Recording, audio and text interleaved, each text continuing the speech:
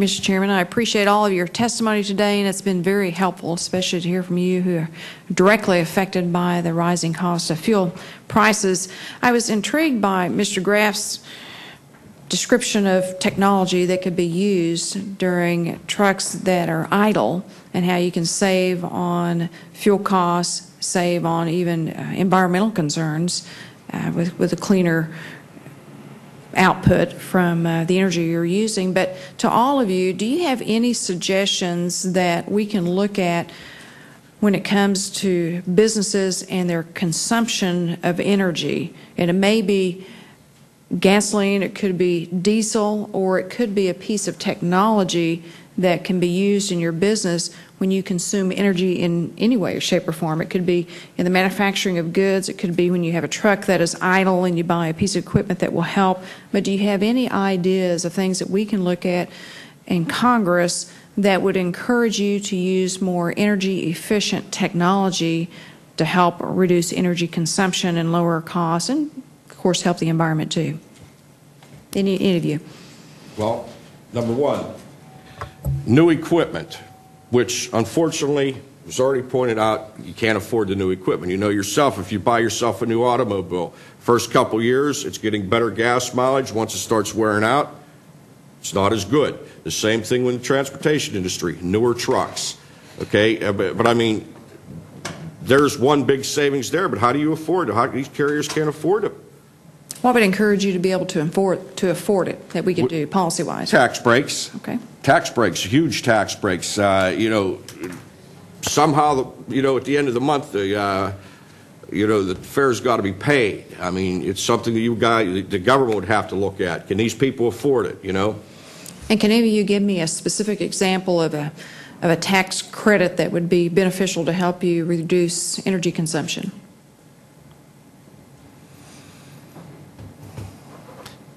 I don't think there's anything in the near term or even over the next year or two that would have a measurable impact on businesses that are struggling today. One thing Mr. McGrath might tell you is, what's the miles per gallon for an 18-wheeler?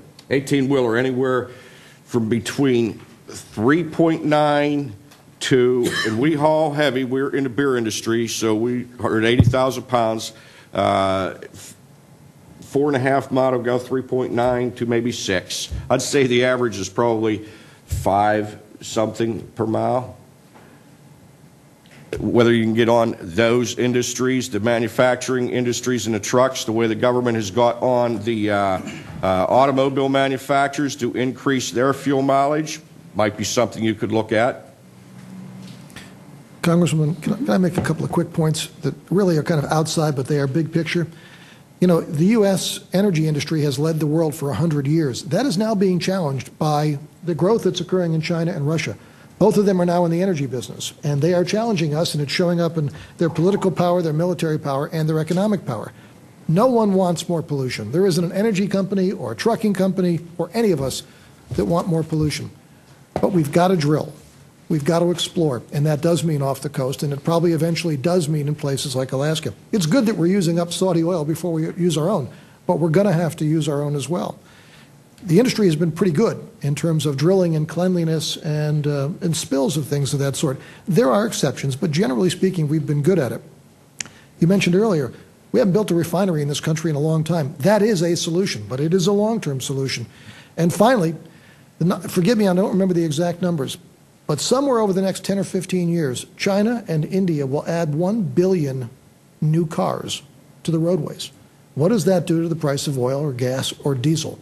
And we've got to be planning for that, because we could be put out of business by nations that do have a different economy that's more socialistic and will support what they need to do to become military or economic powers at our expense. You mentioned in your testimony, Dr. Orza, something about the Manhattan Project, and I think we didn't get to that portion of your testimony. Do you want to tell us real quickly what that means? Yeah, you know, I'm 57, so I don't remember the Manhattan Project, but I do know that there was a point at which the government said to the most brilliant people in America and around the world, we need to do something. We need a way to win a war, to end a war.